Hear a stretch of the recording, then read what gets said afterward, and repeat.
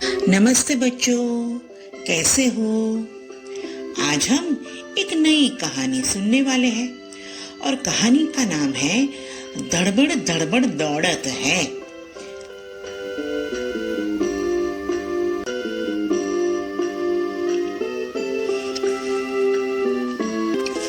तो चलो शुरू करते हैं। धड़बड़ धड़बड़ दौड़त है। एक गांव था। उसमें एक ब्राह्मण अपनी पत्नी के साथ रहता था। उसकी पत्नी बहुत होशियार और चालाक। ब्राह्मण को कुछ भी काम नहीं आता। ब्राह्मण को कोई भी काम नहीं मिलता था। एक दिन की बात है, उनकी पत्नी ने बोला, सुनिए जी, आप तो कुछ काम करते नहीं हो, तो मैं जो बोल रही हूं वो ध्यान से सुनिए। ब्राह्मण बोला, क्या? ब्राह्मणी बोली, देखो, मैं आपको एक श्लोक सिखाती हूँ। वो श्लोक आप राजा के दरबार में जाकर सुनाइए और राजा को पसंद आ जाएगा तो आपको कुछ इनाम भी देंगे, तो उससे अपना थोड़ा गुजरान भी हो जाएगा और हमको घर चलाने में कुछ मदद हो जाएगी। ब्राह्मण ने तो श्लोक सीख लिया। अब वो श्लोक बोलते बोलते बोलते चलते चलते चलते निकल पड़ा। श्लोक बोलता था और चलता था। बीच में एक जंगल आया और वहां एक नदी। ब्राह्मण को हुआ कि यहाँ थोड़ी देर रुक के मैं नहा के आगे जाता हूं, इसलिए वो पानी में नहाने गया। नहा के खड़ा रहा और वो नहा के थोड़ी देर नदी के तट पर बैठा। इतने में वहां उसने एक जल मुर्गी देखी। ब्राह्मण ने सोचा, मैं दूसरा श्लोक भी तैयार कर लेता हूं, शायद वो भी पसंद आ जाए राजा जी को। इसलिए उसने देखा कि जल मुर्गी जमीन में कुछ खोद रही थी, गड्ढा कर रही थी। ब्राह्मण बोला, ये एक पहला वाक्य बन सकता है। तो उसने बोला, खड़बड़ खड़बड़ खोदत है। जल मुर्गी को लगा, अरे अरे, कोई नजदीक में है, कुछ तो बोल रहा है। इसलिए जल मुर्गी तो डर गई और उसने अपनी गर्दन को खड़ा किया और इधर उधर देखने लगी। अब ब्राह्मण को हुआ, अब ये दूसरी लाइन हो सकती है, और वो बोलने लगा, लंबे डोके जोवत है। जल कुकड़ी तो डर गई कि जरूर कोई नजदीक तो है, और वो छुप गई। ब्राह्मण ने तीसरी लाइन बोली, कुकड़ मुकड़ बैठत है। जल कुकड़ी तो डर गई और दौड़ते दौड़ते दौड़ते पानी में चली गई। ब्राह्मण बोला, धड़बड़ धड़बड़ दौड़त है, और उसका श्लोक तो तैयार हो गया।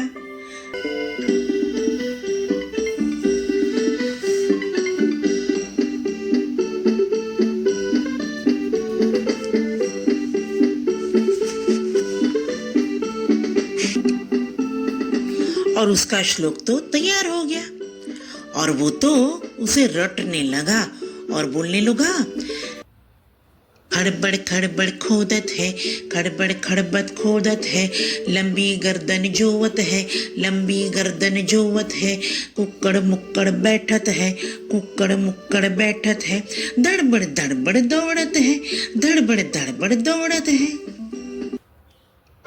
इसे बोलते बोलते बोलते वो तो राजा के महल में पहुंच गया और राजा के सामने जाकर बोला कि राजा जी, मैंने एक श्लोक तैयार किया है, अगर आप उसे सुन लो और विशेष टिप्पणी उस पर आप दो, ये मैं चाहता हूं।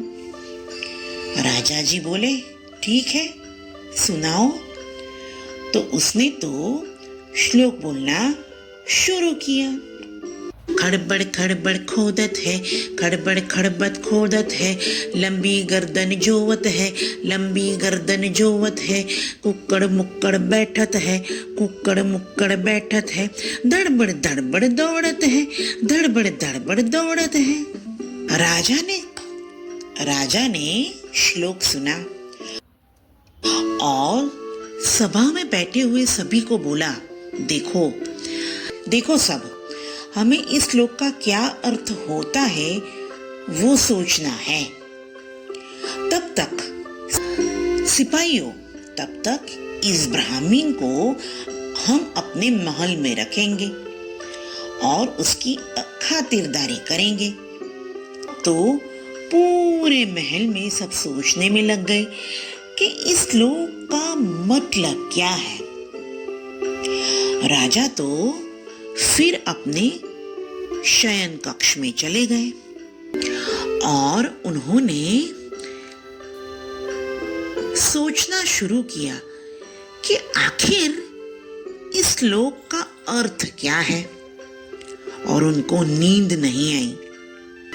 उसी रात राजा के महल में 2 चोर घुस आए और उन्होंने राजा के महल में राजा के शयन कक्ष के पीछे ही खोदना शुरू किया। उसी समय राजा की नींद खुल गई और वो सोचने लगे कि आखिर इस श्लोक का मतलब क्या है, और उन्होंने पहली लाइन बोली, खड़बड़ खड़बड़ खोदत है, खड़बड़ खड़बड़ खोदत है। दोनों चोर को लगा, अरे अरे अरे अरे, आवाज मत करो, शायद राजा जाग रहे हैं। अरे अरे अरे, आवाज मत करो, राजा को शायद पता चल गया लगता है कि हम कुछ खोद रहे हैं, कुछ ढूंढ रहे हैं। दोनों चोर ने फिर राजा के शयन कक्ष की खिड़की पे जाके देखा। उसी समय राजा ने दूसरी लिटी बोली, दूसरा वाक्य बोला,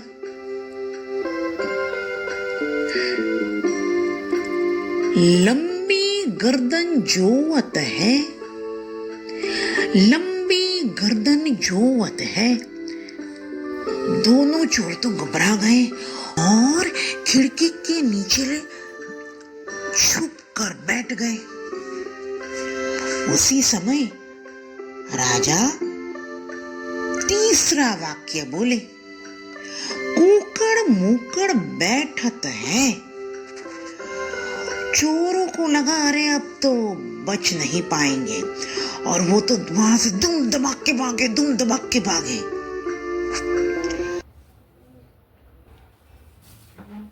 राजा अंतिम लिटी बोले, धड़बड़ धड़बड़ दौड़त है।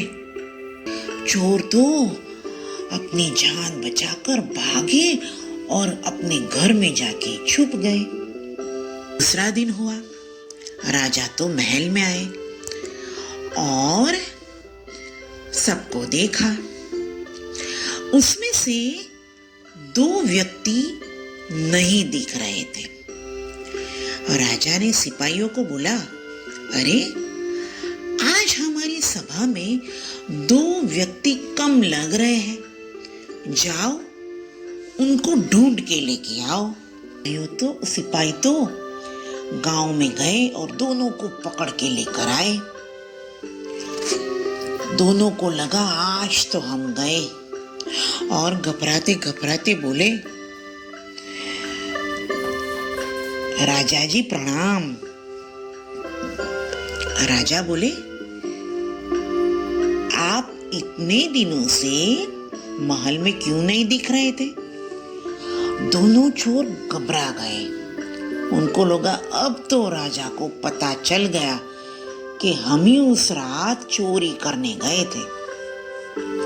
दोनों ने बोला, राजा जी हमें माफ कर दीजिए, राजा जी हमें माफ कर दीजिए। राजा बोले, अरे पर हुआ क्या है?